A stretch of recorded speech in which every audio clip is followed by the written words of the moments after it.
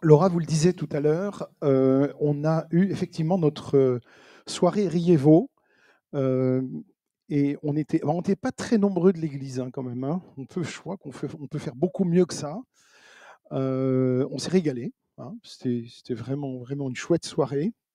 Très bons échanges. Et puis on a bien mangé aussi. Voilà. Donc c'est une fois par trimestre. Si vous arrivez à bloquer ce rendez-vous une fois par trimestre, vous aurez l'occasion de rencontrer des personnes qui vivent une foi, une piété, je dirais, un peu différente de la nôtre, mais avec lesquelles on se retrouve sur l'essentiel. Et c'est ça que je voulais voir avec vous ce matin. Le thème de la soirée, c'était je crois, vous croyez, nous croyons. Et l'idée, c'était de voir un petit peu ce que le credo des apôtres, le symbole des apôtres, mais surtout le symbole de Nicée peut nous dire sur notre foi. Donc on va étudier ce symbole de Nicée tout au long de l'année. Il y en aura encore 3 rendez-vous, on va les annoncer. Et c'est l'occasion à la fois de se plonger dans quelque chose qu'on ne connaît pas très bien, nous les évangéliques, et puis de voir un petit peu comment ce credo a conduit un petit peu conduit la foi des chrétiens durant quasiment, c'est quoi? C'est 325 le concile de Nicée, plus de 1000 ans, hein, 1500 ans. Donc c'est quand même très intéressant.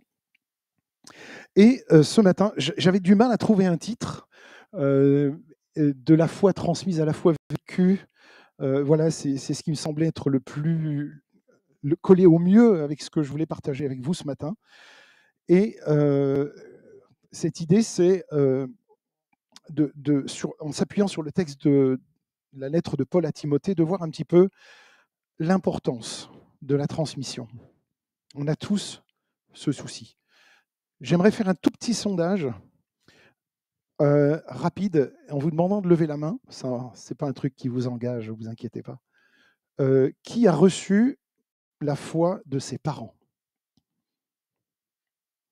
OK. Qui a reçu la foi de la part d'un ami? D'un ami, d'une connaissance? Oui. Qui a reçu sa foi de la part de l'Église? OK. D'accord. Donc quand même, on voit que le plus grand nombre de mains qui se sont levées, c'était pour dire oui, j'ai reçu de mes parents. Alors, d'abord, c'est vrai que la foi, c'est quand même un héritage, souvent, très souvent. On l'a reçu et ce matin, je voulais voir avec vous la manière dont on doit passer de cette foi transmise, c'est ensuite reçue, et ensuite à un je crois qui est une foi personnelle et vécue. Cette fois-ci où on va s'approprier cette foi que l'on a reçue. Alors, le premier point que je voulais voir avec vous, c'est effectivement cette foi transmise comme un héritage. Et c'est vrai que c'est un héritage, moi, que j'appelle précieux. La foi qui est transmise par nos parents, par nos grands-parents, par même nos amis. C'est souvent le premier contact qu'on a eu avec Dieu. Alors, il y a quand même des personnes qui cherchent par elles-mêmes, qui vont maintenant sur Internet. Avant, il n'y avait pas Internet, donc qu'est-ce qu'on faisait? Si quelqu'un voulait en savoir un peu plus sur Dieu, un peu plus sur la Bible, il regardait dans le boutin, puis il cherchait Église, et là, il allait. Église catholique, c'est facile à identifier. On sait, on les voit de loin, on voit le clocher de loin. Et puis, ça commence par des toutes petites choses. Ça commence par exemple par une prière avant de s'endormir, avec des chants à l'école du dimanche, l'enseignement, ou encore des souvenirs de colo chrétiennes. Moi, mes parents, ma mère surtout, nous a envoyés dans des colos chrétiennes et des camps chrétiens. Et c'est vrai que là, j'ai vraiment reçu le maximum. Vous savez, quand une batterie se recharge, le maximum de charge de mes batteries. Et je garde encore ce souvenir incroyable. Mais je voulais juste vous raconter une toute petite histoire. C'est un court témoignage. Je pourrais vous en parler pendant des heures, mais pour moi, ça a commencé avec mon grand-père. mon grand-père du côté suisse là-bas qui avait été élevé par une grand-mère protestante suisse très fervente et avec des principes vraiment, voilà, des principes très carrés.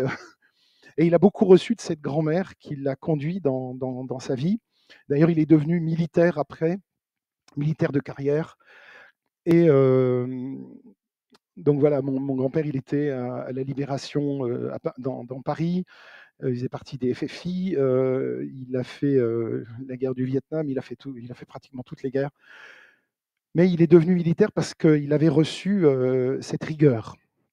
Alors, c'est pas parce qu'on est protestant qu'on doit devenir militaire, mais c'est juste pour vous dire qu'il avait reçu cet enseignement très rigoureux que dans la vie, voilà, il faut avoir et ces principes qui se basent sur sur le socle de l'Évangile. Et puis, il a envoyé un jour ma mère à l'église parce qu'il a déménagé à Paris. Il est venu à Paris et il a envoyé tous ses enfants à l'église évangélique du Tabernacle. Pas parce qu'il était croyant, parce qu'en fait, il était athée, mon grand-père. Mais il avait dit, je vous envoie là-bas parce que les protestants, ils ont des principes de vie carrés. C'est une façon de voir les choses. Voilà. Et puis, tout ceci nous a amené au fait que ma mère, évidemment, est devenue chrétienne. Elle nous a envoyés à l'église, elle nous a amenés à l'église, et nous a envoyés dans des colos chrétiennes. Et je voulais vous montrer ce premier verset qui est très intéressant parce que c'est Paul qui écrit à Timothée. Il dit qu'il se souvient, il garde le souvenir d'une foi sincère qui est en toi et qui habite d'abord dans ta grand-mère Loïs et dans ta mère Eunice et qui, j'en suis persuadé, habite aussi en toi. Et au moment où Paul écrit ces lignes, Timothée vivait dans une période très difficile. Il devait diriger une église dans un contexte qui était de persécution, d'opposition. Timothée était ce jeune leader chrétien très prometteur d'ailleurs, et que Paul considère comme son fils spirituel. Et ce passage se situe dans un contexte où il a besoin de recevoir des encouragements. Il a besoin de recevoir cette affection de l'apôtre Paul. Et l'apôtre Paul lui écrit dans une prison à Rome. Il est emprisonné. D'ailleurs, c'est pour ça que dans la première image, je vous ai montré Paul en prison, en train d'écrire. Et Paul sait que ses jours sont comptés. Il n'a plus beaucoup de temps à vivre, Paul. Vous savez qu'il va finir, il va finir tué à cause de sa foi. Et il utilise cette lettre pour transmettre des mots de sagesse, pour renforcer aussi Timothée dans sa foi, pour l'encourager à persévérer dans son rôle de conducteur spirituel. Et il met en lumière quelque chose de très important pour nous. C'est un héritage qu'il nous laisse. Il met en lumière l'héritage spirituel de Timothée. Et il lui rappelle ce qu'il a reçu, la manière dont cette foi lui a été transmise par sa famille, notamment par sa grand-mère Loïs et sa mère Eunice. Et ces deux femmes ont joué un rôle clé dans l'éducation spirituelle de Timothée, lui enseignant les bases de la foi, en lui montrant aussi un exemple de vie chrétienne. Il utilise le terme foi en grec. Dans le grec, c'est sans hypocrisie, c'est une foi authentique, c'est une foi authentiquement vécue, profondément à l'intérieur. Pour souligner que cette foi, ce n'est pas juste une façade, ce n'est pas juste une tradition. Déjà, si c'est une tradition, c'est déjà bien, parce que c'est un premier pas, mais ici, Paul souligne le fait que c'est quelque chose de réel. Et en rappelant à Timothée cet héritage, qu'est-ce qu'il fait, Paul? Il encourage Timothée à ne pas oublier ses racines et à continuer à vivre cette foi avec conviction. Mais attention, ce n'est pas parce qu'elle lui a été transmise un jour qu'il n'y a plus rien à faire. En fait, Timothée devait en faire une réalité personnelle, quelque chose de vivant. C'est là que on a un point de bascule à ce moment-là, c'est quand on reçoit quelque chose et qu'on le garde comme une tradition, qui est déjà très bien, mais quand on le transforme en quelque chose de vivant, qui va se voir. Et même si Timothée a reçu cette foi en héritage, Paul sous-entend qu'il ne suffit pas de recevoir passivement cette foi, il faut qu'elle devienne personnelle et active. Dans les versets suivants, Paul va, au verset, si vous avez vos Bibles, au verset 6, il encourage, il exhorte Timothée à raviver le don de Dieu qui est en lui, à ne pas céder à la peur ou à la timidité. Ce n'est pas un esprit de timidité que tu as reçu, mais un esprit de force. Et là, il y a aussi une puissance qui se manifeste dans cette foi-là. Ça montre aussi que l'héritage spirituel, c'est le point de départ, c'est l'amorce, c'est le premier point. Mais ça doit être nourri, ça doit être développé dans une démarche personnelle. Et j'espère que nous tous ici, nous avons cette soif de découvrir la foi. Aventure formation, je le redis encore, mais aventure formation, c'est aussi un tremplin pour découvrir la foi, pour aller trouver des pépites dans la Bible et trouver quelque chose qui va nous aider à aller plus loin. Alors attention au piège de la fausse tolérance. Je voudrais juste vous dire, j'ai entendu souvent, vraiment souvent, des parents dire, moi, je préfère ne rien imposer à mes enfants, ils choisiront plus tard. Donc, je ne leur parle pas du tout de la foi. Alors, je ne parle pas forcément de parents chrétiens ou avec un héritage chrétien, mais en tout cas, qui choisissent de laisser l'enfant totalement libre. Et là, c'est un souci. Voilà, ça peut poser problème parce que du coup, l'enfant n'aura pas l'occasion de connaître. Donc, ne privons pas nos enfants d'un trésor, des valeurs de l'Évangile. C'est là aussi que l'Église peut jouer un rôle important. On l'a vu ce matin, les enfants qui partent retrouver un enseignement. Et vous voyez qu'il y a même des parents qui peuvent prendre ce rôle d'aller enseigner les enfants là-bas pendant le culte des enfants. Un verset aussi qui est important ici dans ce contexte-là, c'est ce que Paul dit à l'Église de Rome. Ainsi, la foi vient de ce qu'on entend, et ce qu'on entend vient de la parole de Christ. Donc, ce que l'on fait ce matin, quand on rappelle, quand on lit les Écritures et qu'on rappelle les choses importantes, c'est exactement ce qu'on fait. On a l'occasion ici d'entendre ce qui vient de la parole de Christ. Donc, la foi transmise, que ce soit par nos parents, par l'Église, elle est précieuse. Mais c'est un point de départ. Deuxième point à voir avec vous, c'est que la foi reçue nécessite une démarche intérieure, une démarche nécessaire, un choix réfléchi, un choix intime. Et la foi qui est transmise, c'est bien. À un moment, il faut que ça devienne aussi mon choix. Je me souviens dans les camps de jeunes, très souvent, plusieurs d'entre nous disaient jusqu'à maintenant, mes parents m'avaient parlé de Dieu, m'avaient enseigné, m'avaient annoncé, mais là, j'ai découvert, c'est moi maintenant qui prends cette décision. C'est un peu ce qu'on fait aussi au travers du baptême. C'est moi maintenant qui ai décidé de suivre le Christ. Dans Matthieu 16, ici, quand Jésus pose la question aux disciples, et vous, qui dites-vous que je suis, Pierre, qui a mis du temps pour le dire et pour le comprendre, eh bien là, le dit clairement, tu es le Christ, le Fils du Dieu vivant. C'est qu'il l'était pour lui, il se l'était approprié. Donc c'est vraiment une déclaration qui est devenue personnelle, un engagement qui est devenu profond de la part de Pierre, d'ailleurs, qui va le porter après pendant tout le reste de sa vie. Dans Jean 4, il y a aussi cette rencontre avec la Samaritaine. Et là, c'est très intéressant aussi. La Samaritaine, qu'est-ce qu'elle dit? Ce n'est plus à cause de ce que tu nous as dit que nous croyons, car nous l'avons entendu nous-mêmes, et nous savons qu'il est vraiment maintenant le sauveur du monde. Donc, ici, les gens qui sont autour de la femme samaritaine passent d'une foi basée sur le témoignage de quelqu'un d'autre à une foi personnelle fondée sur leur propre expérience avec Jésus. Donc c'est vraiment très très intéressant ici.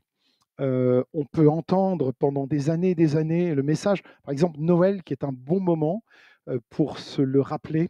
Et d'ailleurs, j'espère que que Noël va rester un Noël chrétien pendant encore longtemps dans notre pays, mais c'est pas sûr, parce que de plus en plus, vous avez vu, un député proposait de ne plus appeler vacances de Noël ou la Toussaint, ou donc d'éliminer toutes les références chrétiennes.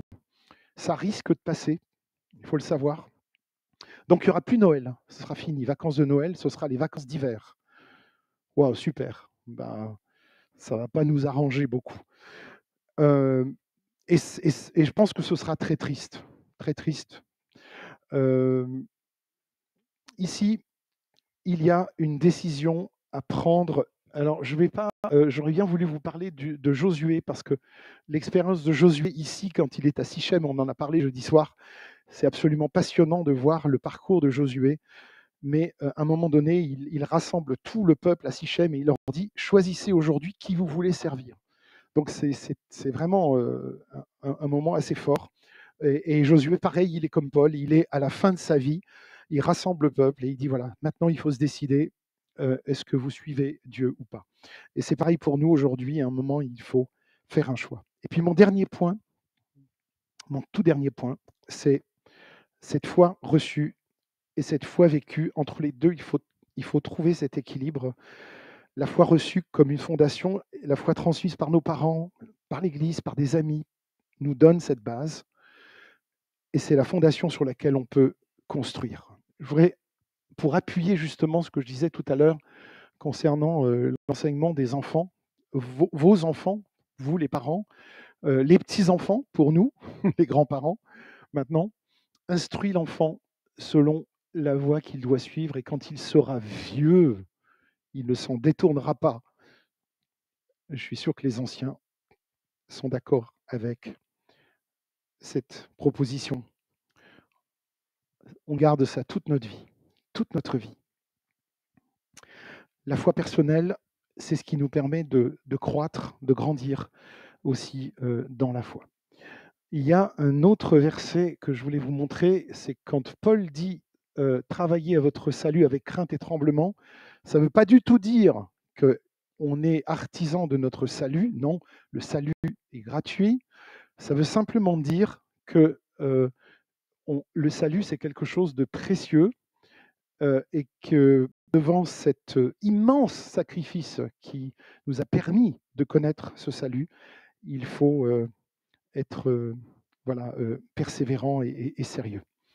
Donc la foi personnelle, ça demande des efforts. Alors c'est pas des efforts où on va accomplir chaque jour des rites, hein, vous comprenez ce que je veux dire.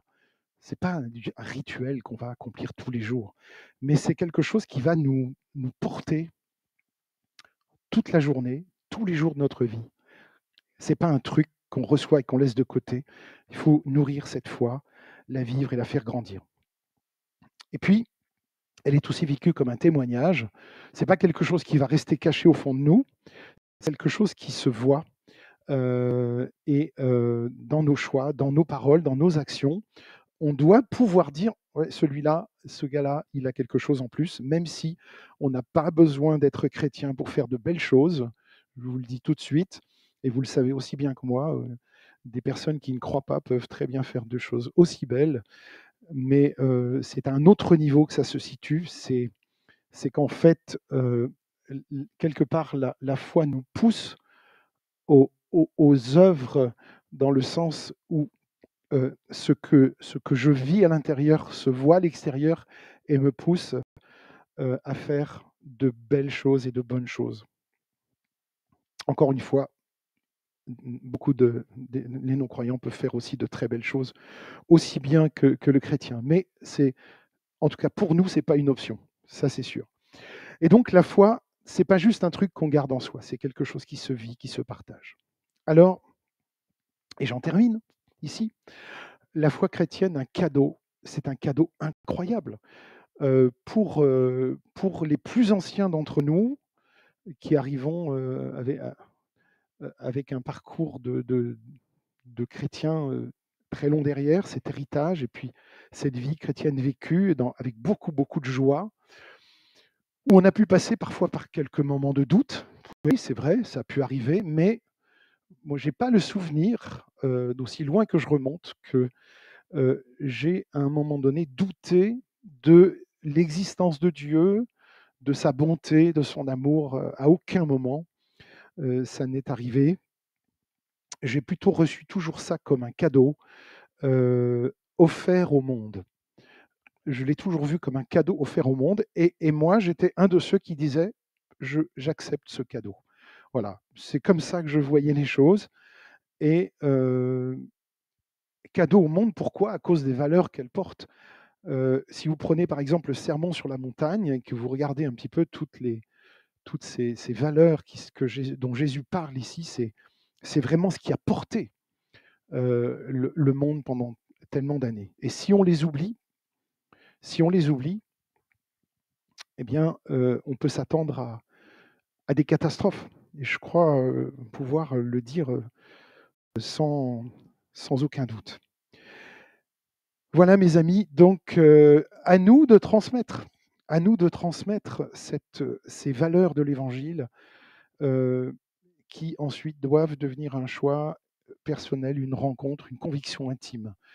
Pour qu'elles le deviennent, il ne faut pas que nous soyons un obstacle à la foi de celui à qui nous parlons.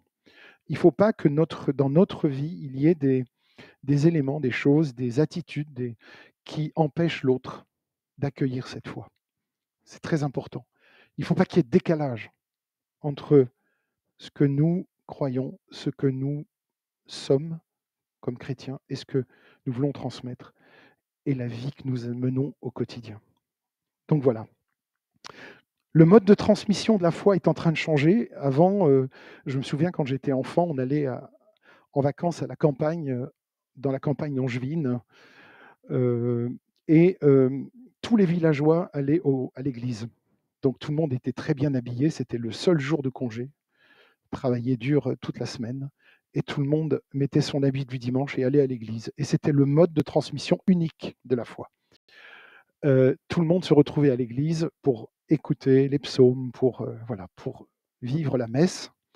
Aujourd'hui, ce sont les réseaux sociaux, ce sont les médias, ce sont les influenceurs qui, qui détiennent le mode de transmission le plus populaire, le plus puissant, avec le levier le plus puissant. Ça représente aussi un danger. C'est une force, mais c'est aussi un danger parce que du coup, on n'a plus aucun contrôle sur ce qui est enseigné. Et là, ça peut devenir très dangereux parce que là, on peut entendre tout et n'importe quoi sur ces réseaux sociaux. Il faut vraiment s'en méfier. Donc voilà. L'avantage, c'est évidemment que ceux qui n'avaient pas du tout accès à l'Évangile peuvent entendre maintenant la bonne nouvelle.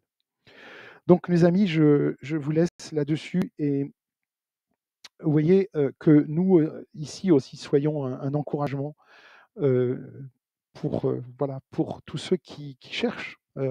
Il faut continuons d'être ce lieu d'accueil. Et même si on a entendu un affreux reportage à charge, complètement à charge, sur France 2, sur les évangéliques, qui faisait un amalgame assez grossier en prenant un exemple, le pire exemple, et en disant voilà, ça, ce sont les évangéliques, c'est la pire des choses qu'on puisse faire. Mais on va continuer à proclamer, on va continuer à être dans la joie, on va continuer à manger ensemble, on va continuer à s'encourager, on va continuer à vivre cette foi toute simple que le Seigneur nous demande de vivre. Voilà. Amen. Donc, prions aussi